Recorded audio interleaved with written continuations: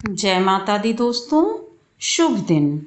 सभी व्रत त्योहार इस समय बहुत ही उल्लास से मनाए जा रहे हैं, जिसमें कि आप देखिए कि आपकी सोमवती अमावस्या और आपका शनि जयंती और बरगदाही यानी बट वृक्ष की पूजा एक साथ संयोग से पड़ गई है। वट सावित्री भी कहते हैं, बरगदाही भी कहते हैं इसको।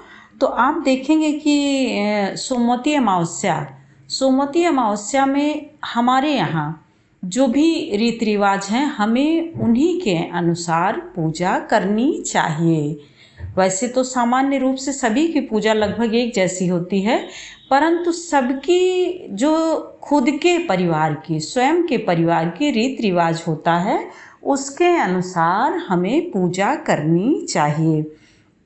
अब दोस्तों, सोमवती अमावस्या पर सूर्योदय से सबसे बड़ी बात ये होती है कि सूर्योदय से पहले हमें पूजा करनी होती है और हमें सबसे पहले सुबह उठ के भोर में स्नान ध्यान करके अपने पूजा घर में पूजा करके फिर सभी सामग्रियों को एकत्रित करके हमें पीपल के वृक्ष के नीचे जाना चाहिए।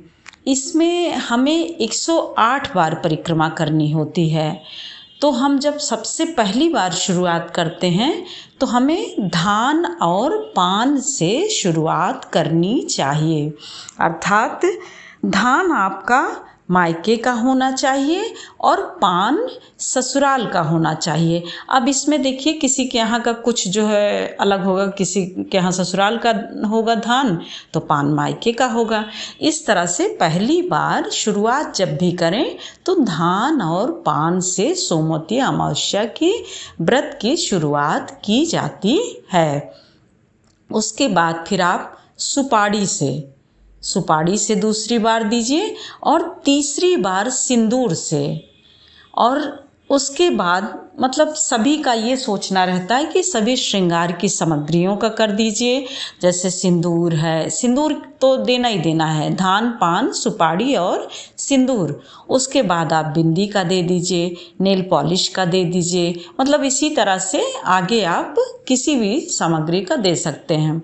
फिर उसके बाद आप मौसमी फल है, जैसे इस समय अगर संभव हो सके तो छोटे छोटे अमिया जो आती है, आम टिकोरा, उसको आप 108 ले करके उसकी परिक्रमा कर सकते हैं। और नहीं तो फिर आपका मखाना है, मूंगफली है, छुहारा है, टॉफ़ी है, बिस्किट है, कुछ भी आप लेकर के 108 बार परिक्रमा करनी चाहिए। अब इसमें करना क्या होता है कि सबसे पहले तो हम पीपल वृक्ष के नीचे गए, वहाँ पर जैसे सभी व्रत में गंगा जल छिड़क के और साफ सूफ करके आप बैठिए। सबसे पहले ऐपन बनाए रहते हैं, ऐपन से हम छापा लगाते हैं 5-7, आप जो भी लगा दीजिए। उसके बाद फिर हमें दीपक जलाना है। दीपक में विशेष करके ध्यान देना है कि रुई का उपयोग नहीं करना होता है, यानी इस व्रत में हमें रुई छूना भी वर्जित होता है। हम कच्चे सूत की ही बत्ती बना करके दीपक जलाते हैं और सरसों का तेल भी वर्जित होता है। जैसे कि आप मतलब रुई और सरसों का तेल दोनों छूना भी वर्जित होता है। फिर आप उसके बाद दीपक जला दीजिए। दीपक जलाने के बाद आप जल चढ़ाइए, गौर गणेश की पूजा करिए। फिर धूप बत्ती, अगरबत्ती, माला, फूल, ये सब जैसे नित्य सभी पूजा होती है उस तरह से पूरी पूजा करिए। फिर आप सामग्री जो लिए हैं वो कोई एक अन्न लिया जाता है, तो चावल ले लीजिए या फिर गेहूं ले लीजिए, जो भी कुछ हो मतलब लगा करके तब किया जाता है। तो एक एक आप ले करके आपको 108 बार परिक्रमा करनी होती है। और 8 जो है हम गिट्टी से करते हैं, क्योंकि सोमा धोबिन ने गिट्टी से ही परिक्रमा की थी, इसीलिए उसको भी हम करते हैं। अब ये करने के बाद आप जो भी इसको परिक्रमा किए हैं। अगर वहाँ पे धोबिन हो तो धोबिन को दक्षिणा और ये सारी सामग्री दे दीजिए। सामग्री आप सभी सुहागिनों में भी बांट सकते हैं प्रसाद के रूप में। और यदि खाने पीने की कोई चीज़ है तो वहाँ जितने लोग हैं आप उन सब को दे करके आप पुण्य प्राप्त कर सकते हैं। और परिक्रमा करते समय हमें श्री वासुदेवाय नमः इसको पूरे टाइम जपते रहना चाहिए और मौन रहना चाहिए, बोलना नहीं चाहिए।